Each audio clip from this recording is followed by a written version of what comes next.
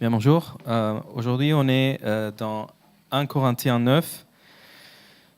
1 Corinthiens 9 du verset 1 au 23. 1 Corinthiens 9 du verset 1 au 23. Et dans les Bibles de l'Église, c'est la page 748. 748. Bien, lisons.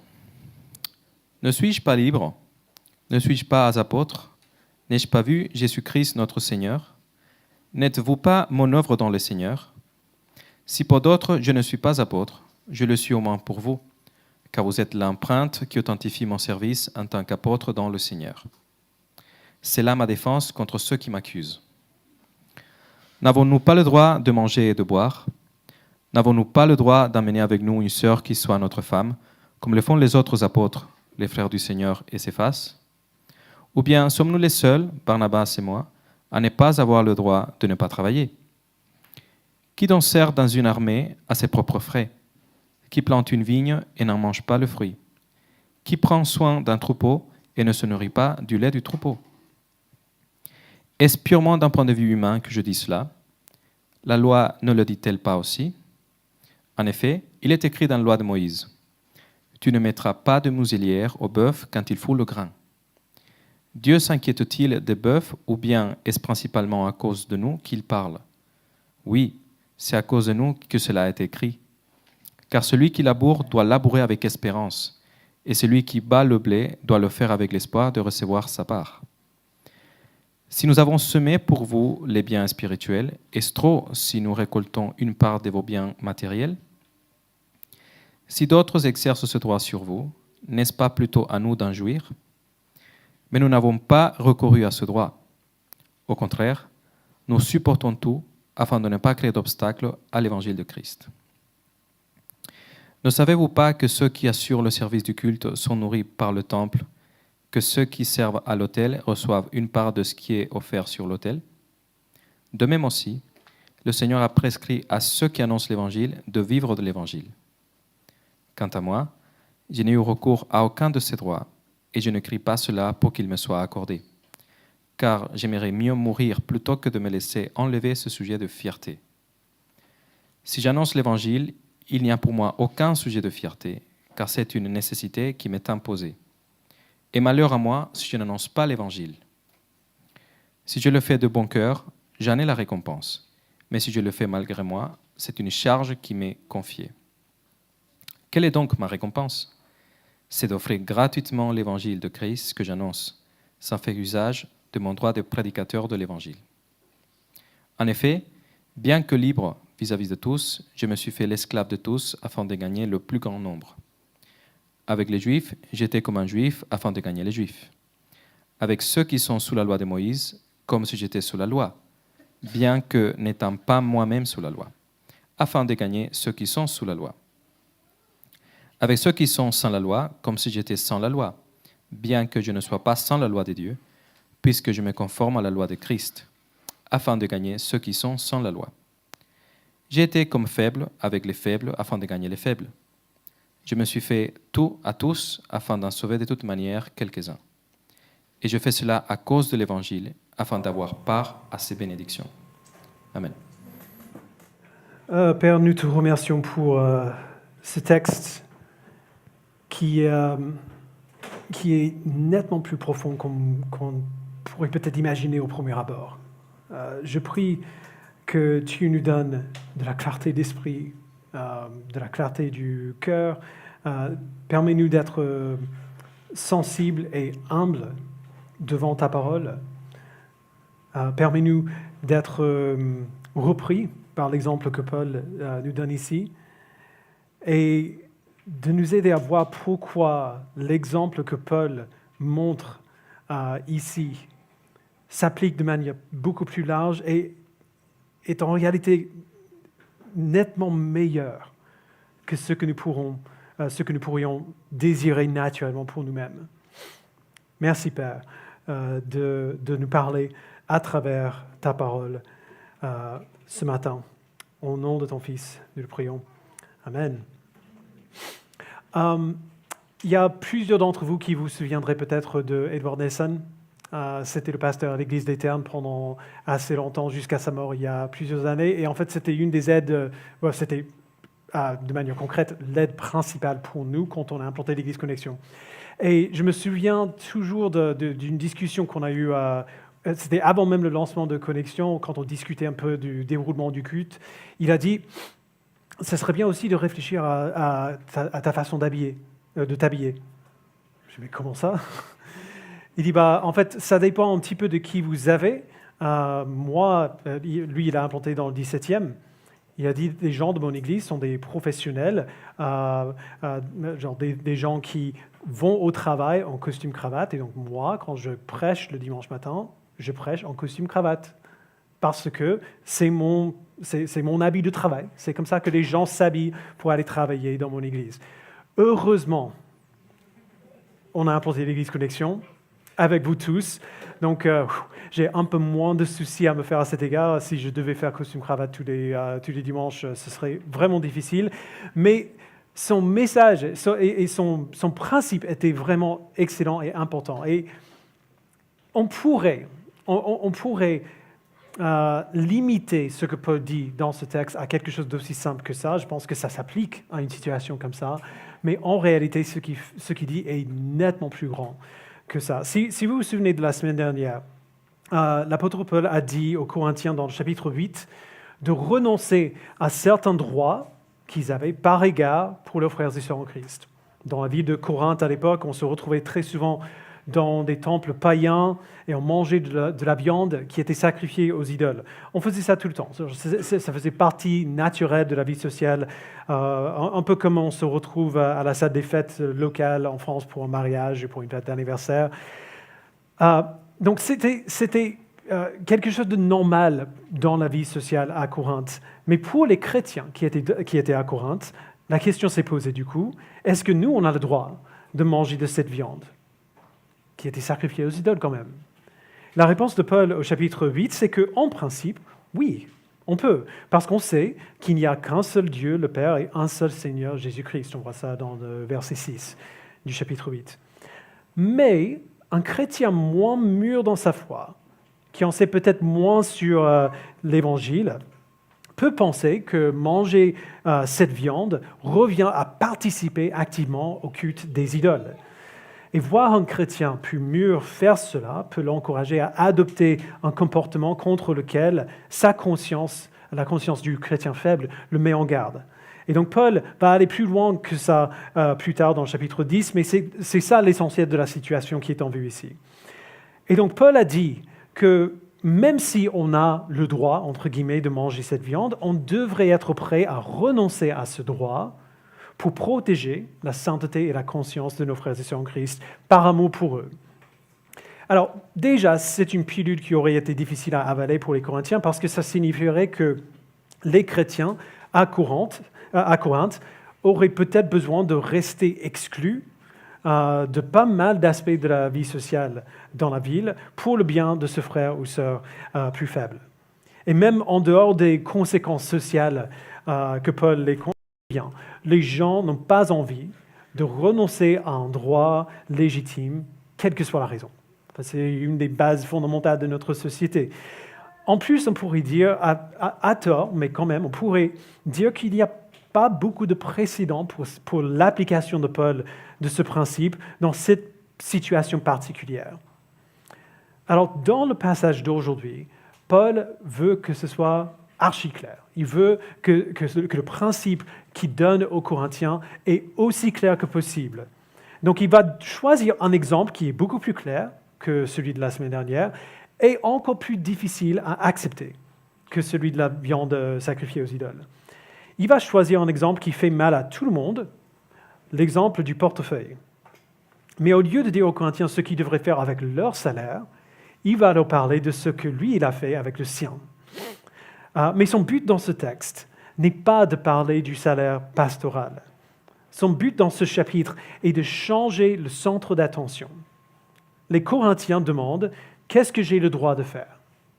Mais la meilleure question à se poser, c'est « Qu'est-ce qui sert l'Évangile ?» Donc c'est ça qu'on va voir dans les versets à venir. On va aller assez rapidement au début parce qu'il y a beaucoup de choses ici et on n'a pas tout le temps, on n'a pas toute la journée pour les voir. Donc, Paul va parler d'abord de quels sont des droits légitimes dont il bénéficie. Il va se servir de lui et son collaborateur Barnabas comme exemple.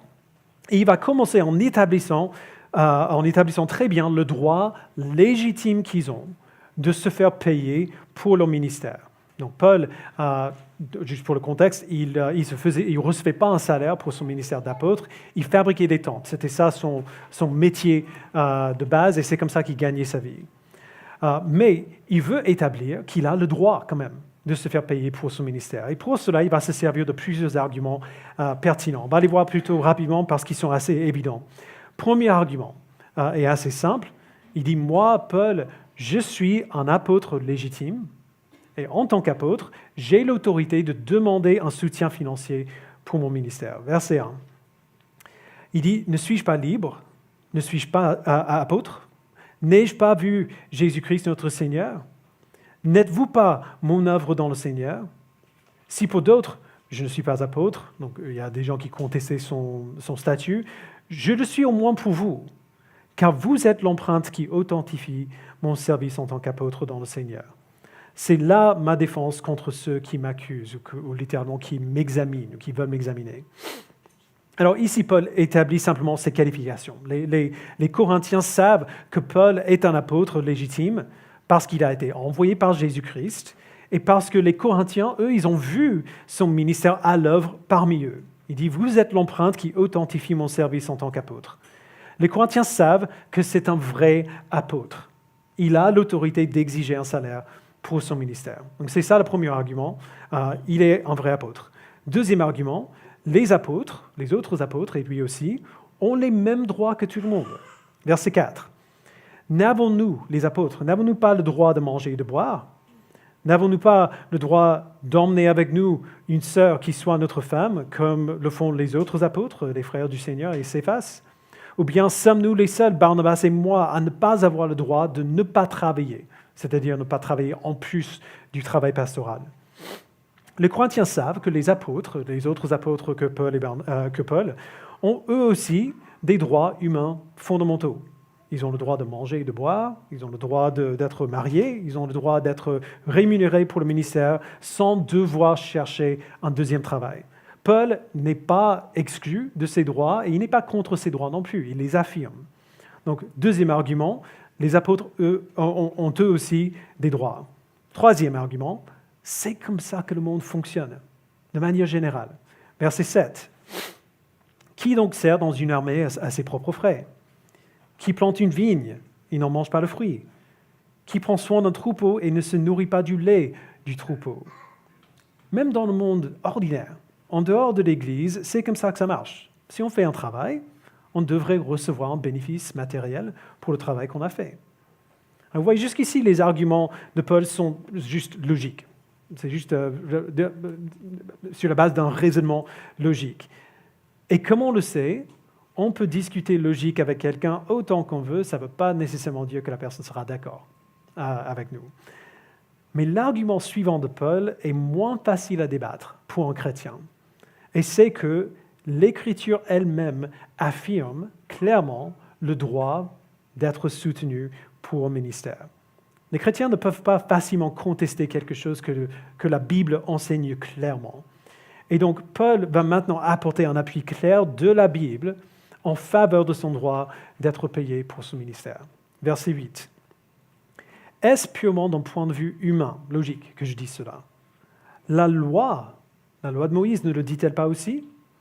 En effet, il est écrit dans la loi de Moïse, « Tu ne mettras pas de muselière au bœuf quand il fout le grain. » Dieu s'inquiète-t-il des bœufs, ou bien est-ce principalement à cause de nous qu'il parle? Oui, c'est à cause de nous que cela a été écrit. Car celui qui laboure doit labourer avec espérance, et celui qui bat le blé doit le faire avec l'espoir de recevoir sa part. Si nous avons semé pour vous des biens spirituels, est-ce trop que si nous récoltons une part de vos biens matériels? Si d'autres exercent ce droit sur vous, n'est-ce pas plutôt à nous d'en jouir? Mais nous n'avons pas recouru à ce droit, au contraire, nous supportons tout afin de ne pas créer d'obstacles à l'évangile de Christ. Alors au verset 9, gardez bien le texte devant les yeux. Au verset 9, Paul cite Deutéronome 25, verset 4. De la loi de Moïse, tu ne mettras pas de muselière au bœuf quand il fout le grain. Pourquoi? Parce que le bœuf devrait pouvoir manger un peu de grain pendant qu'il travaille. On perdra peut-être un peu de grain au passage, mais au moins l'animal sera nourri. Et Paul dit que le but de Dieu en donnant cette loi, ce n'était pas simplement de prendre soin des animaux, mais de montrer que c'est comme ça que la pratique normale devrait être façonnée au sein du peuple de Dieu. Donc vous voyez, Dieu dit dans sa parole, Paul dit, si quelqu'un travaille, il devrait recevoir quelque chose pour son travail. C'est ça l'idée. Si Paul sert l'Église, il a le droit de s'attendre à une compensation pour son service. Il va encore plus loin que ça au verset 13. Ne savez-vous pas que ceux qui assurent le service du culte sont nourris par le temple? Que ceux qui servent à l'autel reçoivent une part de ce qui est offert sur l'autel? De même, le Seigneur a prescrit à ceux qui annoncent l'Évangile de vivre de l'Évangile. Donc là, on ne pourrait pas être plus clair. Depuis le début de la vie religieuse du peuple de Dieu, ceux qui servaient dans le temple vivaient du temple. Ils recevaient une partie de la nourriture qui était donnée en sacrifice comme moyen de pourvoir leurs besoins. Le précédent a été établi dès le début de l'Ancienne Alliance. Alors à ce stade, le message de Paul devrait être incontestable pour les Corinthiens. Le droit de manger de la viande sacrifiée aux idoles, c'est peut-être encore discutable. Mais personne ne pourrait dire que Paul n'a pas le droit d'être rémunéré pour l'exercice de son ministère. Et d'ailleurs, au passage, ça s'applique aussi au ministère aujourd'hui. Un pasteur peut se passer d'un salaire pendant une courte période, mais ça ne devrait pas durer longtemps parce que les églises ont besoin des pasteurs et les pasteurs ont besoin de vivre. La norme pour une église, c'est que le pasteur reçoive son salaire de l'église et c'est ce que Paul établit ici. Et dans tout ce qu'il dira après, il ne conteste pas cette bonne pratique. Mais c'est ici que nous arrivons au tournant de ce passage. Paul est libre, de manière sans équivoque et incontestable, que recevoir, il a le droit de recevoir une compensation pour son ministère. Ce droit est beaucoup plus clairement établi dans la Bible que le droit que réclamaient les Corinthiens de manger de la viande, sacrifiée à des idoles païennes. Mais quand même, Paul se trouve dans une situation assez unique dans son ministère, qui le pousse, lui, pour des raisons particulières, dans une autre direction. Même si Paul a cette liberté de réclamer un salaire, et même si cette liberté est incontestable, il renonce à cette liberté pour l'Évangile. Ou plutôt, il exerce un autre type de liberté. Il est libre d'être rémunéré, oui, il a ce droit. Mais il est aussi libre de renoncer à cette rémunération pour l'Évangile. Verset 15. Il dit « Quant à moi, je n'ai eu recours à aucun de ces droits, et je n'écris pas cela pour qu'il me soit accordé, car j'aimerais mieux mourir plutôt que de me laisser enlever ce sujet de fierté. » Paul refuse de faire usage de ses droits d'être rémunéré, non pas parce que ce serait une mauvaise chose, il vient de montrer pourquoi ce n'est pas le cas, mais parce qu'il y a quelque chose de bien meilleur en jeu ici. Il ne souhaite pas, comme il a dit plutôt au verset 12, il ne souhaite pas créer d'obstacles à l'Évangile. Alors son raisonnement peut être un peu étrange pour nous, il peut être difficile de voir comment le fait d'être payé pour son ministère pourrait être un obstacle à l'Évangile. Nous, on trouve ça normal de notre époque. Mais la situation à Corinthe à cette époque aide beaucoup à expliquer cela.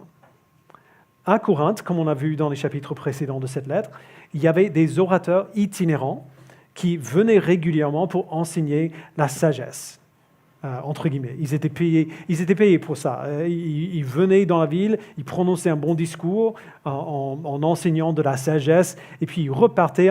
C'était presque comme une forme de divertissement, un peu comme un one-man show pourrait l'être aujourd'hui. Et Paul veut que ce soit parfaitement clair que ce n'est pas ça qu'il fait. Il n'est pas, il fait pas de spectacle, il n'est pas là pour divertir, il n'enseigne pas simplement de la sagesse, ce qu'il fait n'a rien à voir avec ça. Verset 16. Il dit, si j'annonce l'Évangile, il n'y a pour moi aucun sujet de fierté, car c'est une nécessité qui m'est imposée.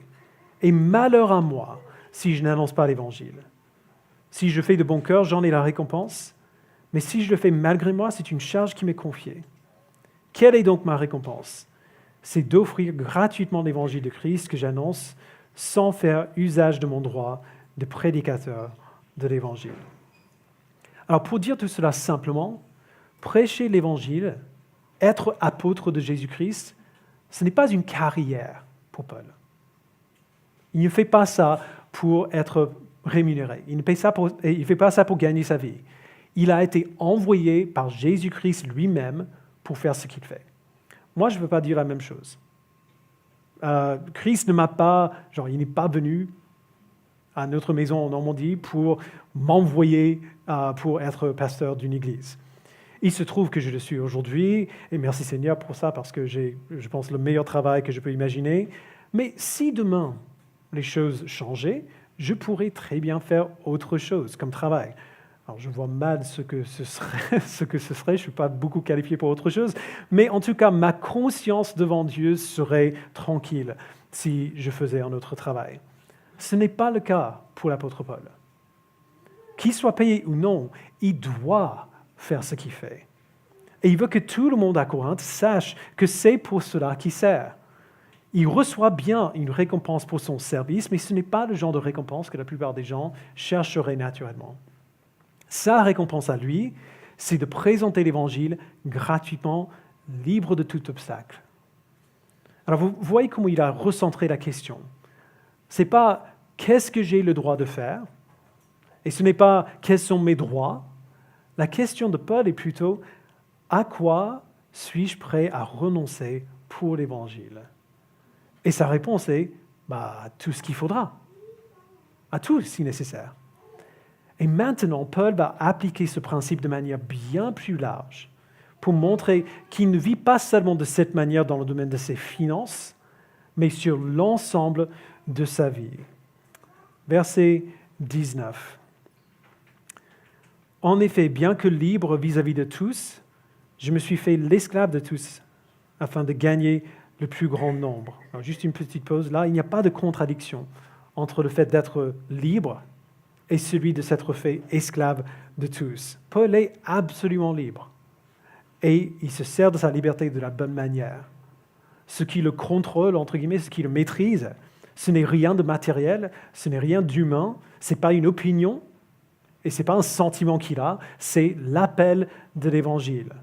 Alors il est prêt à tout abandonner si nécessaire pour que plus de personnes entendent l'Évangile. Il donne trois catégories différentes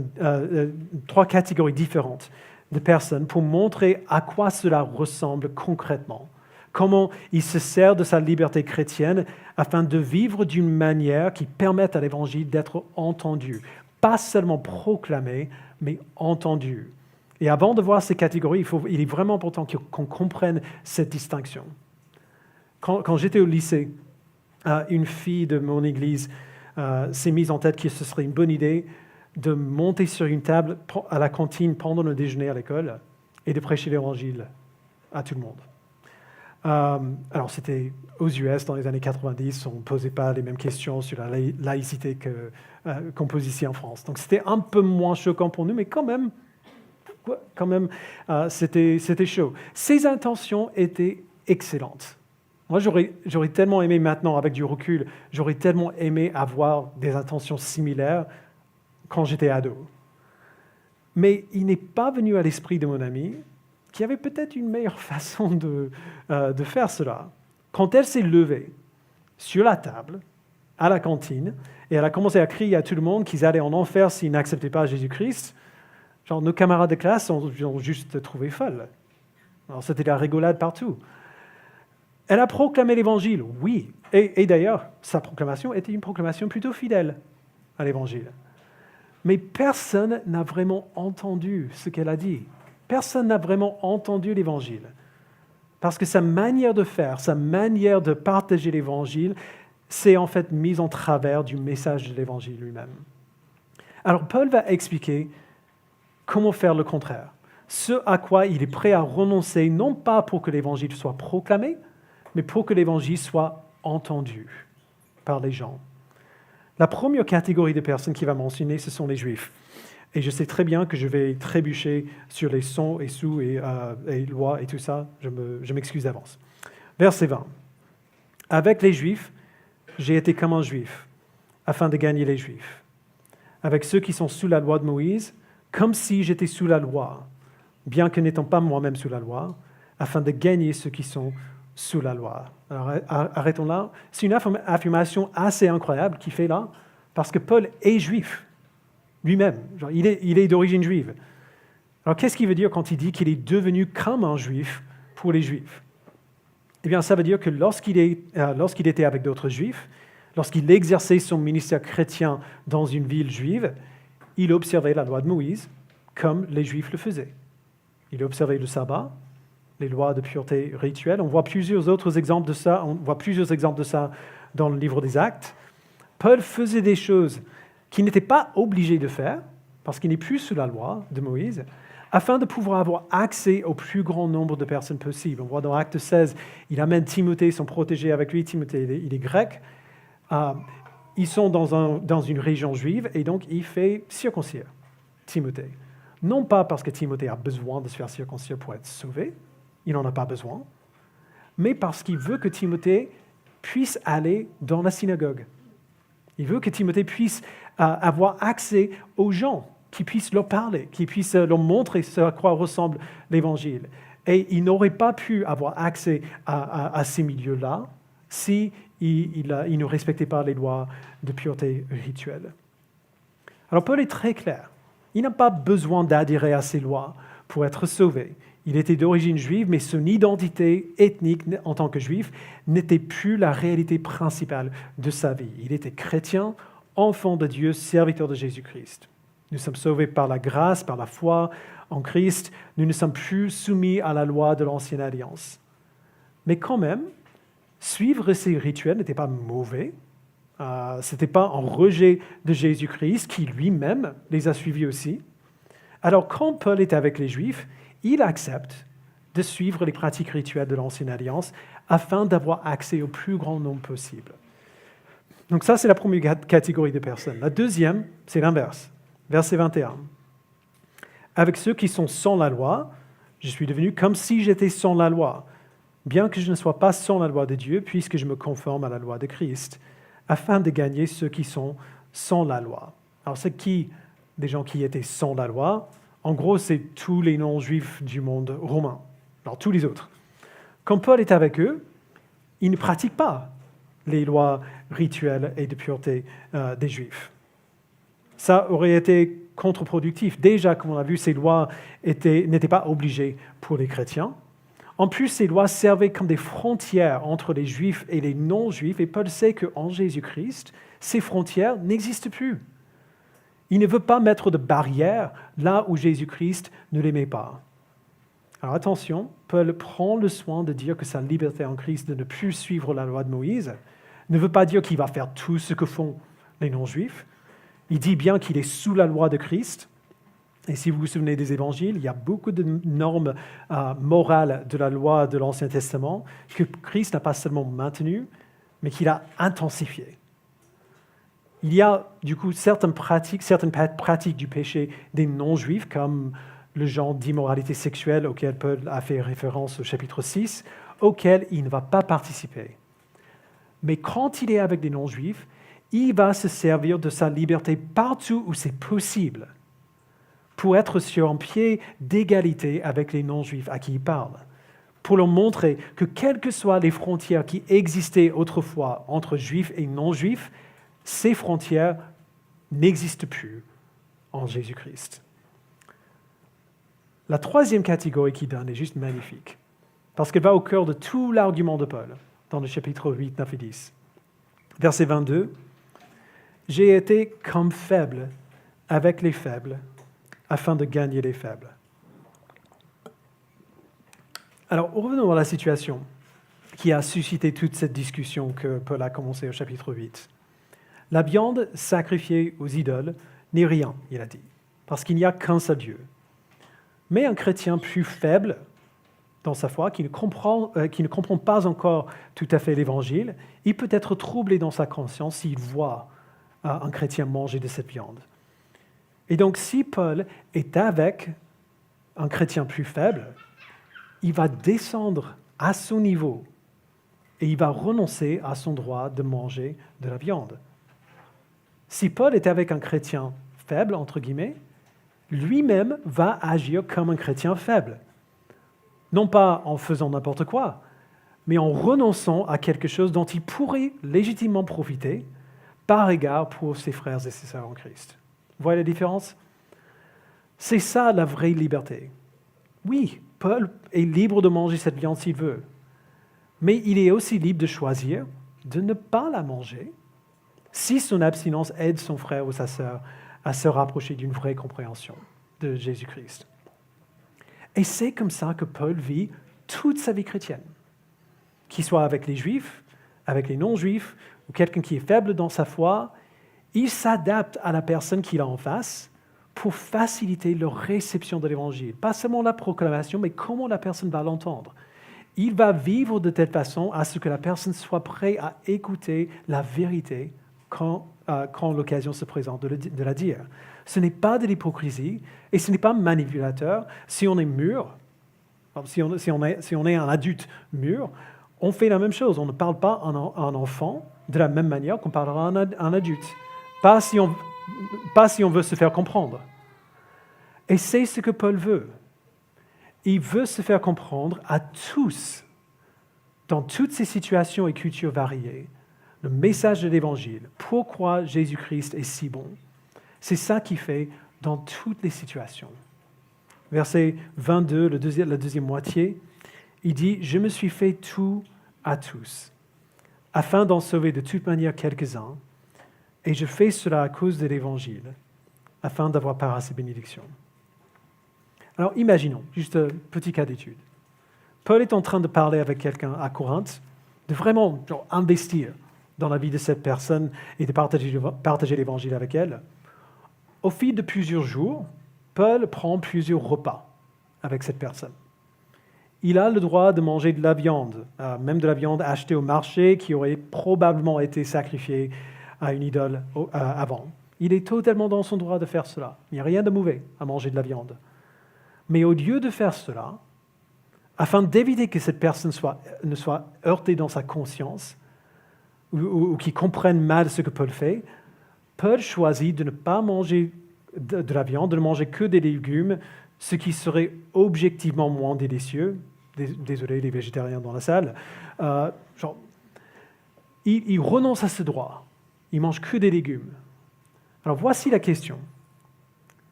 Est-ce que vous pensez vraiment que Paul va se plaindre des steaks soja qu'il a mangés pendant cette semaine quand il sera au paradis?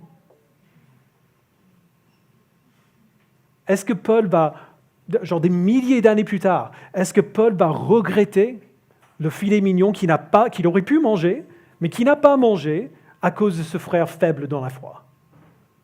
Est-ce qu'il va se plaindre de ce droit auquel il a renoncé? Bien sûr que non. Il va se réjouir du salut de son frère en partageant éternellement avec lui les bénédictions de l'Évangile.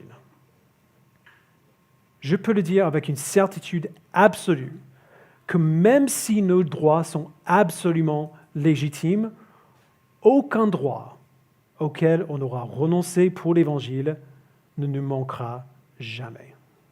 Jamais. Jamais. Alors, pour terminer, on va se poser deux questions de diagnostic pour voir où on se situe sur ce spectre de liberté et de maturité chrétienne. Première question, et ce sont des questions difficiles. Première question, à quoi ne suis-je pas prêt à renoncer? À quoi est-ce que je ne renoncerai pas pour l'Évangile? On peut dire qu'on va, si Dieu me demande, je renoncerai à tout. Mais on a vu comment ça marchait pour Pierre. Je suis prêt à mourir pour toi. Oui. Quelques heures plus tard, qu'est-ce qui s'est passé? On peut dire qu'on renoncerait à tout, mais si on est honnête, la plupart d'entre nous, on a au moins quelque chose certaines choses qu'on aurait beaucoup de mal à lâcher. Alors posez-vous la question et soyez honnête avec vous-même. Si Dieu me demandait de renoncer à une relation, un loisir, un travail, un logement, la sécurité, une opinion, les vacances, du temps libre ou n'importe quelle autre chose qu'on pourrait mettre dans cette liste, qu'est-ce que je dirais? Alors évidemment, il y a certaines choses que Dieu ne demanderait jamais d'abandonner. Alors, si vous avez des enfants, il ne va pas vous demander d'abandonner vos enfants. Mais il y a quand même beaucoup de choses auxquelles notre vie avec Christ peut nous appeler à renoncer pour l'Évangile. Nous, on a été confrontés à cette situation quand on a eu l'occasion de venir implanter cette église. Lohan et moi, on avait tous les deux de bons boulots. On gagnait plutôt bien notre vie. On avait une belle maison qu'on avait achetée en Normandie. Pas mal de sécurité financière et un tout petit garçon qui venait de naître. Jack, il avait 3 mois. Et soyons clairs, quand l'occasion d'implanter ou de faire un stage pour implanter l'église, quand cette occasion s'est présentée, on n'était sous aucune obligation. Alors, on était pleinement dans nos droits de dire « non, en fait, on préfère rester ici ». Mais on savait qu'à ce moment-là, pour l'Évangile, il serait meilleur pour nous de partir. Alors, on a quitté notre maison, on a quitté nos emplois, on a quitté notre sécurité financière et on est venu ici. On ne le regrette pas. C'est pas toujours facile, mais on ne le regrette pas. Je ne donne pas cet exemple pour me vanter, parce que, est-ce que ça veut dire que Lohan et moi, on ne lutte plus avec cette question? Que vraiment, aujourd'hui, on est prêt à renoncer à tout? Est-ce que je dis qu'il n'y a rien que nous aurions du mal à lâcher pour l'Évangile? Bien sûr que non. Nous, on lutte avec la même chose sur d'autres plans aujourd'hui. Mais qui que nous soyons, quelle que soit notre lutte particulière, la réponse à cette question, à quoi suis-je prêt à renoncer? La réponse à cette question nous montre ce sur quoi on a encore besoin de travailler. Elle nous montre là où l'Évangile n'a pas encore pleinement pris racine. La deuxième question. Est-ce que je rends l'Évangile plus facile à entendre pour les autres ou est-ce que je le rends plus difficile? Et je parle de est-ce que je le rends par ma vie, non pas par mon apologétique ou les arguments que je suis capable de fournir. Par ma vie, est-ce que je rends l'Évangile plus facile à entendre ou plus difficile? J'ai hésité même avant de donner un exemple parce qu'il y a 1 million d'exemples qu'on pourrait donner à ce sujet. Et souvent, ces exemples sont relativement superficiels, comme le fait de porter une costume-cravate à l'église. Mais celui que je vois le plus souvent, moi, et auquel on ne penserait pas forcément, en tout cas dans des situations pastorales que je vois dans l'église, l'exemple que je vois le plus souvent, c'est plutôt relationnel. Que ce soit dans les couples, ou entre parents et enfants, ou entre frères et sœurs, dans la famille, ça se passe souvent de la même manière. Ou entre colocs, peu importe, ça se passe souvent de la même manière. Il y a un désaccord qui apparaît, vous êtes tous les deux convaincus que vous avez raison. Et aucun des deux ne veut céder. Et donc ça monte. Dans presque tous les cas, la personne qui gagne, entre guillemets, la dispute, arrive à gagner soit parce qu'elle est dans une position d'autorité, ou parce qu'elle réfléchit plus vite que l'autre, ou parce qu'elle est plus affirmée dans sa personnalité, ou plus imposante physiquement. Parfois même, elle se sert de l'intimidation, ou de la pression, ou de la culpabilité pour gagner. Alors pourquoi est-ce que je mentionne cet exemple? Ça n'a rien à voir avec la viande ou un salaire pastoral. Je le mentionne parce que si au moins l'un d'entre vous est chrétien, il va y avoir un moment où cette discussion va prendre fin, où la dispute va terminer. Et il va y avoir un moment, peut-être un peu plus tard, où vous aurez envie de parler de l'Évangile. Et à ce moment-là, notre manière de mener cette discussion, ce désaccord, cette dispute, va avoir un impact. Oui, tu parles de grâce, mais tu te souviens de comment tu m'as parlé. Tu perds un peu de crédibilité là quand même. Nous y arriverons plus au chapitre 10, où Paul le dit sans aucune ambiguïté, que vous mangiez ou que vous buviez, ou quoi que vous fassiez, faites tout pour la gloire de Dieu. Si je prends Paul au sérieux, il va me conduire parfois à renoncer à mon droit, entre guillemets, d'avoir raison, à mon droit d'avoir le dernier mot. Parce que cette personne devant moi, cette personne que j'aime, qui sait que je suis un chrétien, qu'est-ce que mes tactiques relationnelles lui enseignent au sujet de l'Évangile? Ce n'est pas anodin. Alors ça, c'est juste un exemple sur des milliers d'exemples possibles. On les voit tous les jours. Cette liberté de renoncer à nos droits pour l'Évangile devrait toujours être présente dans notre esprit parce que nous en avons un modèle parfait. Non pas dans l'apôtre Paul, mais en Jésus-Christ. Christ avait toujours raison. Il n'avait jamais tort. Vous imaginez la pression de savoir que dans tout ce que vous dites, vous avez toujours raison, à quel point ça doit être frustrant de parler avec des gens.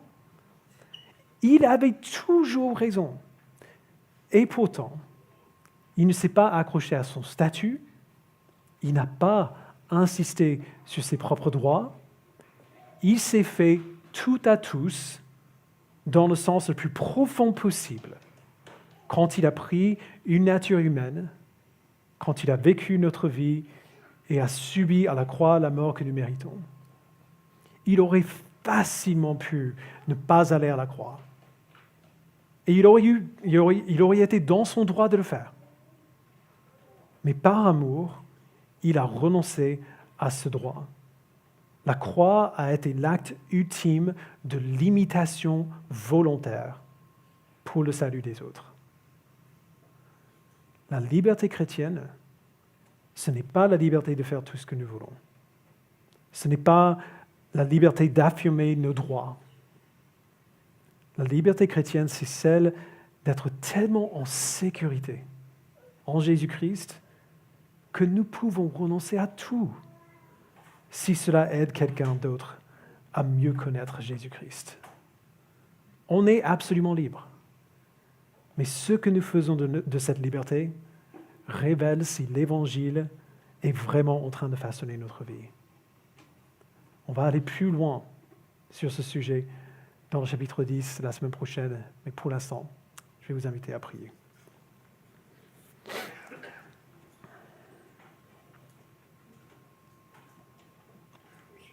Père, tu sais que quand je lis ce chapitre en particulier, j'ai l'impression que la barre est juste bien trop haute. Je ne peux pas faire ce que Paul a fait. En tout cas, aujourd'hui, tel que je suis, je ne me sens pas en mesure de faire cela. Et je ne me sens certainement pas en mesure d'imiter Jésus-Christ, qui a renoncé à littéralement tous ses droits pour me sauver. Mais si je crois ta parole, je dois croire que tu m'as sauvé en Jésus-Christ pour que je devienne conforme à lui, pour que je lui ressemble de plus en plus au fur et à mesure que je grandis. Je n'ai pas besoin d'être au stade de l'apôtre Paul. Et je n'ai pas besoin d'être au stade de Jésus-Christ. J'ai juste besoin d'être prêt à renoncer à ce à quoi tu me demandes, quand tu me le demandes, pour le bien de mes frères et sœurs en Christ.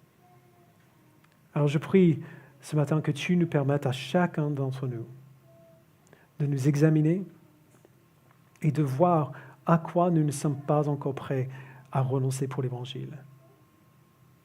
Aide-nous à nous examiner et à voir de quelle manière nous rendons la réception de l'Évangile plus difficile pour les gens plutôt que plus facile.